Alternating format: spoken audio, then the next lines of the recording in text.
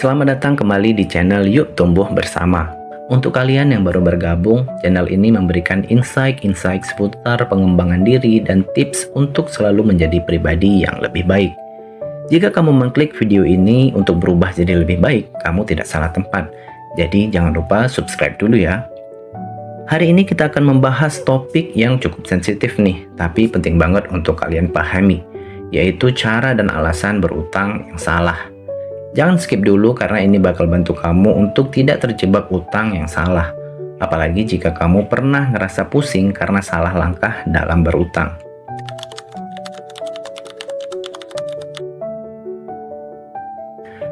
Kenapa sih utang bisa jadi masalah? Sebenarnya nggak ada yang salah dengan utang ya. Bahkan banyak orang kaya di dunia ini juga punya utang. Tapi mereka tahu betul bagaimana menggunakannya dengan benar. Masalahnya adalah ketika kita berutang untuk alasan yang salah atau tanpa perencanaan. Contohnya, kamu pernah dengar cerita teman yang utang buat gaya-gayaan. Atau bahkan kamu sendiri mungkin pernah tergoda buat berutang untuk beli barang yang kalau dipikir-pikir lagi sebenarnya nggak penting-penting amat. Will Rogers pernah bilang, terlalu banyak orang menghabiskan uang yang belum mereka hasilkan untuk membeli barang yang tidak mereka inginkan demi membuat orang lain yang tidak mereka sukai terkesan. Lalu, apa saja sih kesalahan terbesar dalam berutang? Nih, catat baik-baik ya. 1. Berutang untuk kebutuhan yang nggak mendesak. Misalnya kamu ambil pinjaman buat liburan ke Bali, padahal tabunganmu aslinya nggak ada. Hasilnya liburan selesai, tapi tagihan masih jalan. Mau healing, pulangnya malah tambah pusing kan? Kedua, menggunakan utang untuk barang konsumtif. Kamu membeli gadget terbaru setiap tahun pakai kartu kredit.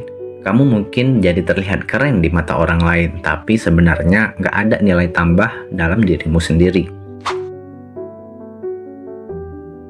Yang ketiga, pahami cara melunasi utang. Sebelum berutang, kamu harusnya sudah memikirkan cara membayarnya. Kalau asal ngutang tanpa tahu kapan bisa melunasinya dan dari mana uang untuk melunasinya, yaitu sama aja gali lubang tutup lubang. Yang keempat, terjebak bunga yang tinggi. Nah, ini penting banget. Kamu harus tahu bunga dari utang yang kamu ambil itu. Apalagi di zaman sekarang banyak banget pinjol yang beredar. Mau yang legal atau ilegal, seringkali menyembunyikan nilai bunga yang sebenarnya tinggi banget loh.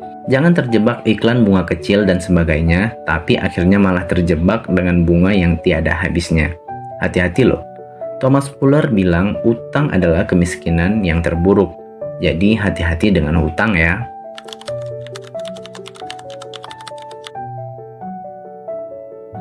Oke, di atas kita udah jelaskan kesalahan-kesalahan dalam berutang. Tapi sebenarnya kenapa sih orang bisa salah berhutang? Jawabannya ada 3. 1. Godaan gaya hidup. Zaman sekarang, pinjol-pinjol itu udah merajalela. Pasti media sosial kamu dipenuhi dengan iklan pinjol kan sekarang.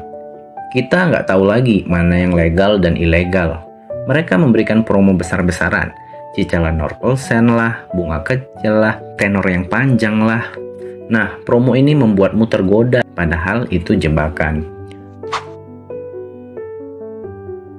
Alasan orang salah dalam berutang yang kedua yaitu kurangnya edukasi keuangan. Lagi-lagi, utang sebenarnya nggak salah ya, asal kalian tahu fungsinya. Nah, masalahnya nih, masih banyak orang yang kurang literasi keuangan. Banyak yang nggak tahu bedanya utang produktif dan konsumtif.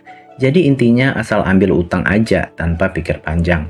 Padahal, utang produktif dan konsumtif itu beda jauh loh. Terus alasan yang ketiga yaitu tekanan sosial. Gak sedikit loh orang yang rela berutang cuma untuk sekedar memenuhi ekspektasi orang lain.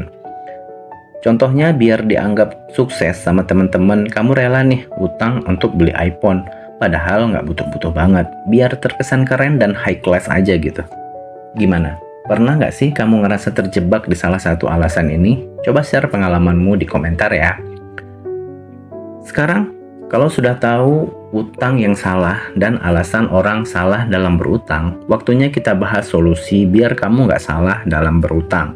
Yang pertama nih, kalau kamu mulai tergoda untuk beli sesuatu dengan berutang, coba tanya dulu dirimu, apakah barang ini memang kebutuhan atau keinginan semata?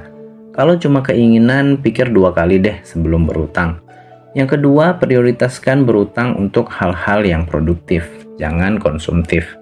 Utang produktif itu seperti pinjaman untuk pendidikan, bisnis, atau investasi. Artinya, utang ini nantinya bisa jadi potensi untuk meningkatkan pendapatanmu di masa depan.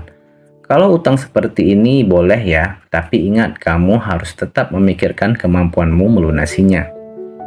Tips yang ketiga, hiduplah sesuai kemampuan. Jangan tergiur hal-hal yang di luar kemampuan kamu, terus kamu rela berutang untuk membelinya. Coba praktikkan hidup sederhana yang sesuai dengan kemampuanmu. Gak harus kok pakai barang-barang branded buat bahagia. Untuk apa terlihat kaya kalau dibalik itu kamu tercekat dengan utang yang tiada habisnya? Kan lebih baik terlihat miskin padahal aslinya kaya, ketimbang terlihat kaya padahal aslinya miskin karena banyak utang. Yang keempat yaitu pelajari konsep bunga dan cicilan. Nah, banyak banget orang yang terjebak di sini. Mereka berutang tanpa paham betul skema bunga dan cicilannya. Sebelum ngutang, pahami dulu seberapa besar bunga dan cicilan yang harus dibayar. Jangan asal tanda tangan. Yang terakhir, simpanlah dana darurat. Ini penting banget supaya saat kamu ada kebutuhan mendadak, kamu tidak perlu panik dan berutang. Karena masih ada dana darurat yang bisa kamu gunakan. Ingat kata Will Rogers, cara terbaik untuk melipat gandakan uangmu adalah dengan melipatnya dan memasukkannya kembali ke saku.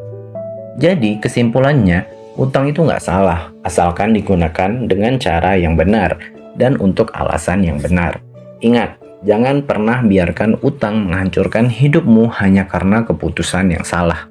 Terakhir, terima kasih udah menonton. Kalau video ini bermanfaat, jangan lupa like, subscribe, dan share ke teman-teman kamu. Yuk kita bantu lebih banyak orang biar nggak salah langkah soal utang. Sampai jumpa di video selanjutnya.